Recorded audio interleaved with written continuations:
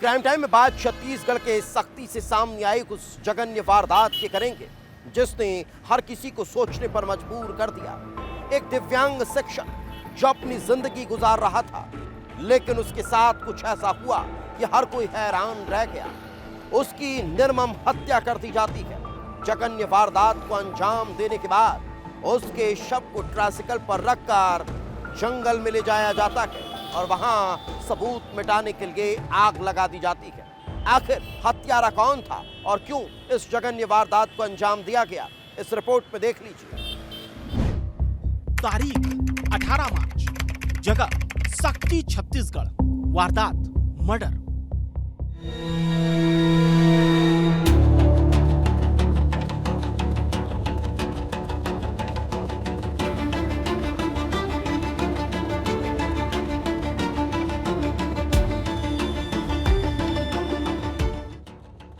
सक्ती जिले का जैजेपुर थाना। रात हो चुकी थी, पुलिसकर्मी कामों में जुटे थे, तभी एक सूचना ने हड़कंप मचा दिया, क्योंकि ये सूचना थी जुर्म की ऐसी वारदात की जिसने रात के सन्नाटे को चीरते हुए दस्तक दी थी। पुलिस की टीम तत्काल जरवे गांव की ओर रवाना होती है और फिर दिखाई देता है ऐसा मंजर जिसने पुलिस के भी होश उड़ा दिए, क्योंकि यहाँ की गई थी एक हत्या और तरीका इतना क्रूर कि देखने वालों की सांसें थम रही थी। मौके पर ट्राइसिकल के साथ युवक की अधजली लाश पड़ी हुई थी। ऐसा लग रहा था जैसे युवक को ट्राइसाइकिल पर ही जला दिया गया हो। पुलिस जांच पड़ताल में जुटती है, आसपास पूछताछ की जाती है तो पता चलता है कि ये लाश गांव के रहने वाले दिव्यांग शिक्षक देवानंद भारद्वाज की है, जो पिहरीत गांव में पदस्थ थे। जैजेपुर पुलिस को सूचना प्राप्त हुई कि एक ग्राम जरवे में किसी व्यक्ति की हत्या हो गई है। तत्काल मौके पर पुलिस पहुंची, वरिष्ठ अधिकारी पहुंचे, हम सभी वहां पर पहुंचे तो यह ज्ञात हुआ कि उस गांव का एक व्यक्ति है जो शिक्षक का कार्य करता था, देवानंद भारद्वाज, तो उसकी हत्या हो गई है। पुलिस के सामने सबसे पहला सवाल यही था कि ये वारदात कैसे हुई। क्या शिक्षक को जिंदा जलाया गया था या फिर हत्या करने के बाद शव को जलाने की कोशिश की गई। पुलिस आसपास छानबीन में जुट जाती है, पूछताछ की जाती है और फिर सामने आती है उस रात की वो कहानी जब शिक्षक देवानंद को बेरहमी से मौत के घाट उतारा गया। रात का वक्त था, शिक्षक देवानंद और गांव के रहने वाले टीका मनहर आपस में बातचीत कर रहे थे।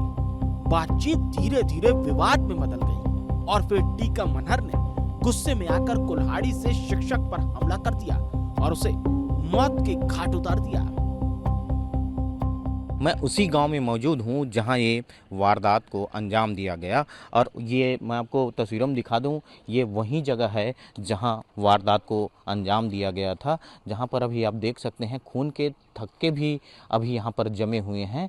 बताया जा रहा है कि आरोपी ने ताबड़तोड़ हमला किया, टांगी से हमला करने के बाद उसे उसी के ट्राइसाइकिल में बिठाया और ट्राइसाइकिल में बिठाकर अपने घर के बाड़ी में ले गया। शिक्षक की मौत हो चुकी थी, लेकिन हैवानियत का ये खेल खत्म नहीं हुआ था।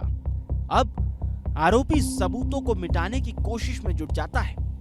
टीकम मनहर खून से लथपथ देवानंद की लाश को उसकी ट्राइसाइकिल पर रखता है और मौकाए वारदात से कुछ दूर घर के पीछे ले जाता है और फिर वहां सुनसान जगह पर शिक्षक की लाश को जला देता है।